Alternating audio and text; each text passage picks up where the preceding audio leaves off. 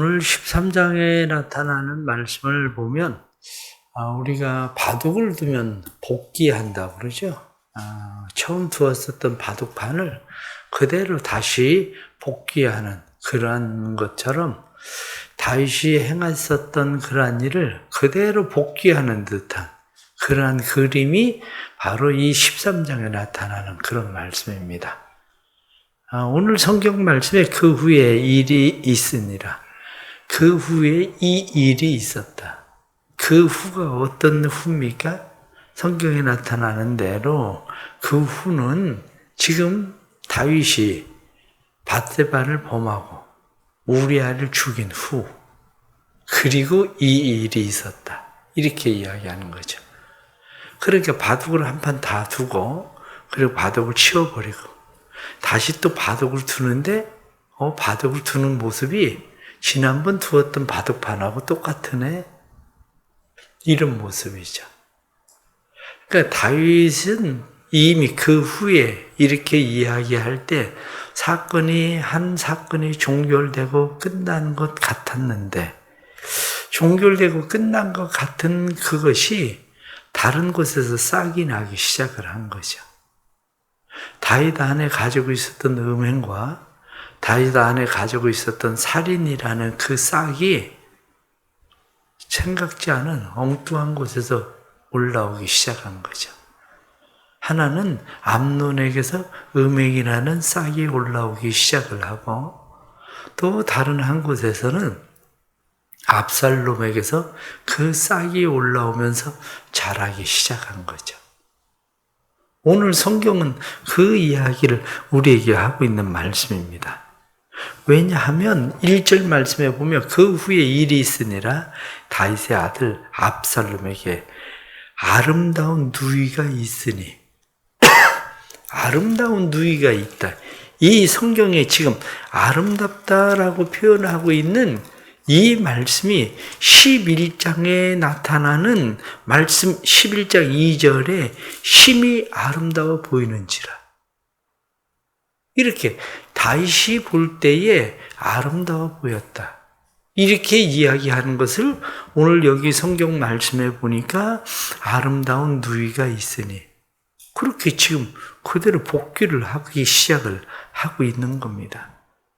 이 복귀를 하고 있는 이 일에 대해서 지금 암논이 이 다말을 좋아해서 그가 마음 가운데 품었어요.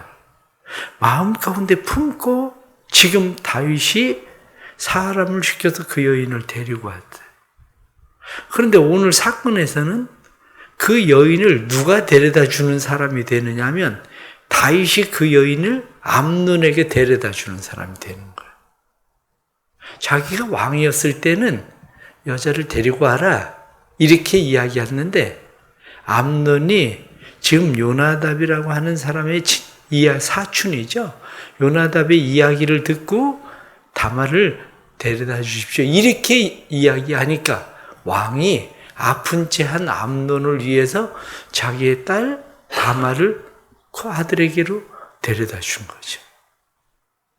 그러니까 전에는 자기가 심부름을 시킨 사람이었는데 지금은 자기가 누가 된 거냐면 심부름꾼이 된 거야. 그 일의 심부름꾼이. 그리고 나서 그 뒤에 나타나는 말씀을 보면 12절 말씀에 그렇게 이야기하죠. 그애가 그에게 대답하되 아니라 내 오라버니여 나를 욕되게 하지 말라. 이런 일은 이스라엘에서 마땅히 행하지 못할 것이니 이 어리석은 일을 하지 마라. 욕된 일, 어리석은 일, 이스라엘에서 행하지 못할 일, 이 일을 하지 마라. 이렇게 이야기하고 있는데 그 일을 누가 행한 겁니까? 이 일을 바로 그 앞장에서 11장에서 이 일을 행하고 12장에서 이 일을 지금 행한 사람이 누구냐면 다윗이라는 거예요. 그것을 오늘 성경 말씀에 이스라엘에서 마땅히 행하지 못할 일 이렇게 표현하고 그 일을 누가 했느냐? 바로 다윗이 지금 행하고 있는 그것을 그대로 지금 복귀를 하고 있는 겁니다. 그 뒤에 나타나는 13절 말씀에 보면 뭐라고 되어 있느냐면 이제 청하건대 왕에게 말하라. 그가 나를 내게 주기를 거절하지 아니하시리라. 이 말은 누가 이야기한 겁니까? 나단 선지자가 다윗에게 와서 한 이야기였어요. 하나님께서 목동이었었던 당신에게 이 나라를 주고 전부 다 주지 않았느냐. 그러면서 성경에 나타나는 말씀을 보면 12장 8절 말씀에 뭐라고 되어 있냐면 나단이 다윗에게 만일 그것이 부족하였을 것이 같으면 내가 내게 이것저것을 더하여 주었으리라. 나한테 말했으면 내가 더해 주었을 것이다. 너 그런데 그런 짓을 행하느냐? 지금 여기 본문에 나타난 말씀이 나를 아버지에게 달라고 그래라. 그럼 이복누이니까 그러면 왕이 나를 당신에게 줄 거다. 그런데 다윗이 행했었던 것과 똑같은 일이 지금 누구에게 벌어지고 있는 거냐면 지금 암논을 통해서 그 일이 벌어지고 있다. 이렇게 돼 있는 거죠. 16절에 나타난 말씀은 다말이 그에게 이르되 옳지 아니하다. 나를 쫓아보내는 이 큰 악은 아까 내게 행한 그 악보다 더하되 이 큰 악. 그런데 지금 나를 내쫓는 것은 아까 행한 악보다도 더 큰 악이다. 이것도 역시 다윗이 다말을 범한 일은 큰 악이에요. 그런데 이 큰 악보다 더 큰 악이 뭐냐? 그게 뭐냐면 우리아를 죽인 거잖아요. 그러니까 우리아를 죽이는 일은 다윗이 행한 악보다도 큰 악, 그것도 큰 악인데, 밧세바를 범한 것도 큰 악인데 그거보다도 더 큰 악이었다. 지금 이렇게 말씀을 하고 있는 거죠. 19절에 나타난 말씀을 보면 여기 다말이 재를 자기의 머리에 뒤집어 덮어 쓰고 그의 채색 옷을 입고 손을 머리 위에 얹고 가서 크게 울부짖으니라. 다말의 이 지금 크게 울부짖고 있는 이 모습은 11장 26절에 남편을 위하여 소리내어 우니라. 남편을 위해서 우리아가 죽었을 때에 밧세바가 소리내어서 크게 울던 울음과 똑같은 울음을 지금 누구에게서 보게 되느냐면 다말에게서 그 모습을 지금 보게 되는 거죠. 그 모습을. 여기 성경의 22절 말씀 보면 압살롬은 암논이 그의 누이 다말을 욕되게 하였으므로 그를 미워하여 암논에 대하여 잘못을 압살롬은 말하지 아니하니라. 잘못된 줄 알았어요. 그런데도 압살롬이 거기에 대해서 미워했다. 그런데 말하지 않았다. 다윗이 행한 일을 누가 알고 있었습니까? 요압이 알고 있었거든요. 동조했거든요. 그런데 거기에 대해서 요압이 잘못을 이야기하지 않아요. 입 싹 닫아버리고 그냥 가만히 있어버려요. 이 일에 대해서. 뒤로 넘어가서 말씀에 나타나는 것을 보면 여기 32절 말씀에 보면 다윗의 형 시므아의 아들 요나답이 아뢰되 주여 젊은 왕자들이 다 죽음을 당한 줄로 생각하지 마십시오. 이렇게 이야기합니다. 지금 여기서 나타나는 이 요나답, 그는 아마 압살롬을 가만히 주시해 보고 있었을 거예요. 압살롬을 가만히 주시해 보고 있으면서 무슨 일이 일어나고 있나라고 하는 것을 보고 있을 때 앞에서 간교한 자라 이렇게 말씀하고 있던 것처럼 이 간교한 요나답은 언젠가 압살롬이 암논을 죽이게 생겼다. 이렇게 생각을 하고 있는 거죠. 죽이게 생겼다. 그 대가를 지불받게 생겼다. 마찬가지로 다윗이 지불받아야 될 대가가 지금 암논과 그리고 압살롬에 의해서 대가를 지불받고 있는 거죠. 그 일이. 뒤로 넘어가서 36절 말씀을 보면 말을 마치자 왕자들이 이르러 소리를 높여 통곡하니 왕과 그의 모든 신하들도 심히 통곡하니라. 심히 통곡했다. 오늘 성경에 나타난 이런 말씀 가운데 또 하나 39절 말씀을 보면 다윗 왕의 마음이 압살롬을 향하여 간절하니, 여기 간절하다 이렇게 표현되어 있는데, 이 간절하다는 말은 원문적으로 직역적으로 이 말씀을 해석을 하면 어떻게 되냐면, 다윗 왕의 마음이 압살롬을 향하여 간절한 이것이 압살롬을 향하여 가기를 그쳤다, 이렇게 돼 있대요.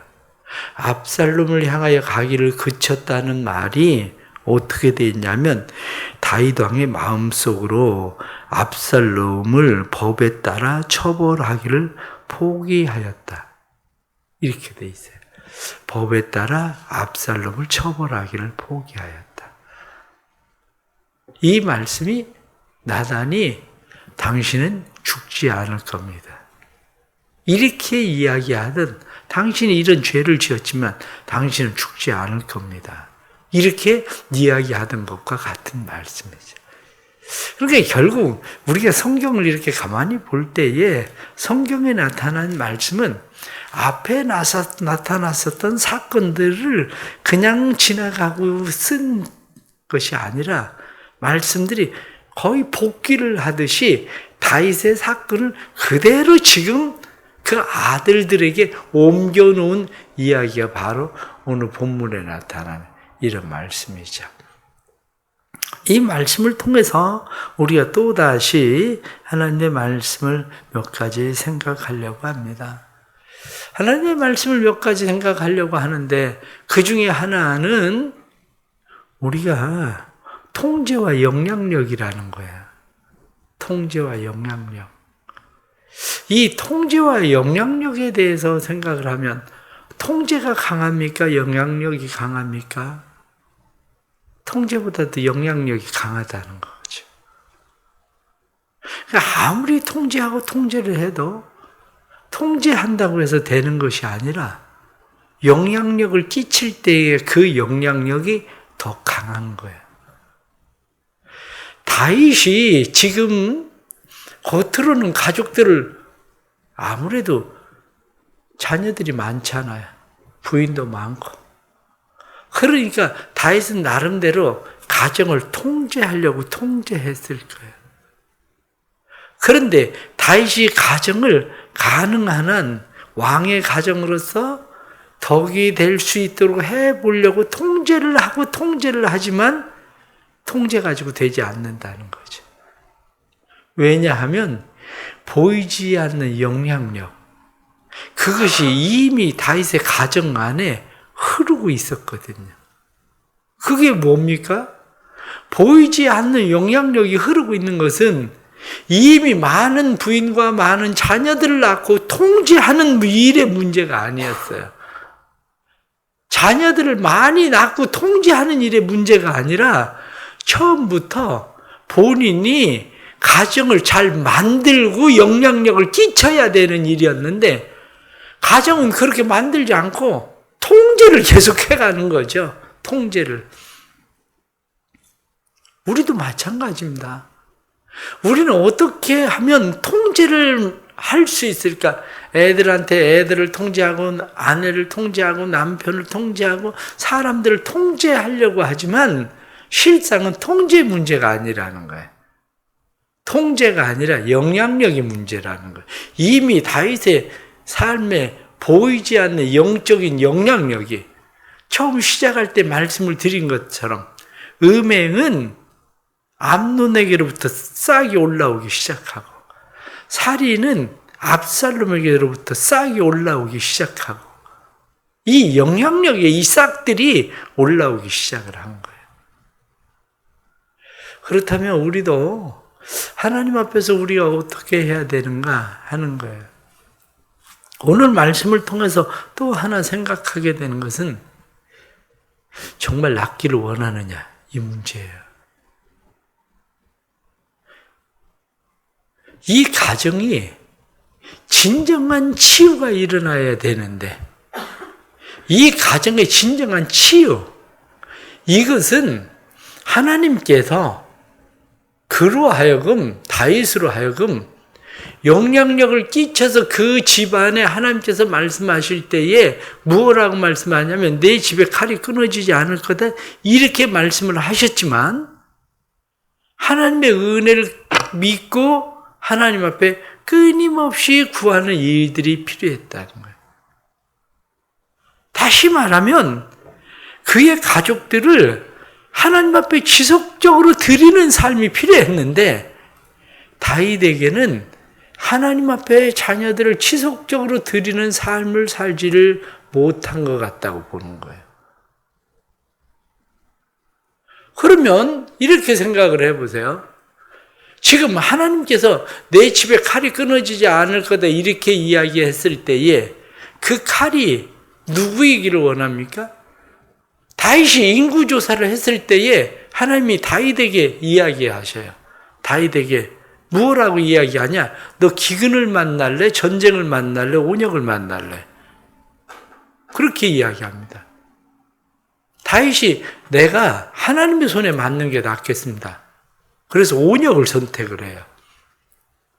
끊임없이 다윗이 하나님 앞에 기도했을 때에 자녀들을 하나님 앞에 드리려고 다윗이 기도를 했다면 어떤 일이 일어났을까? 그 칼이 자녀들이 아니라 음행의 싹이 자녀들이 아니라 다른 곳에서 나왔을 거라는 거.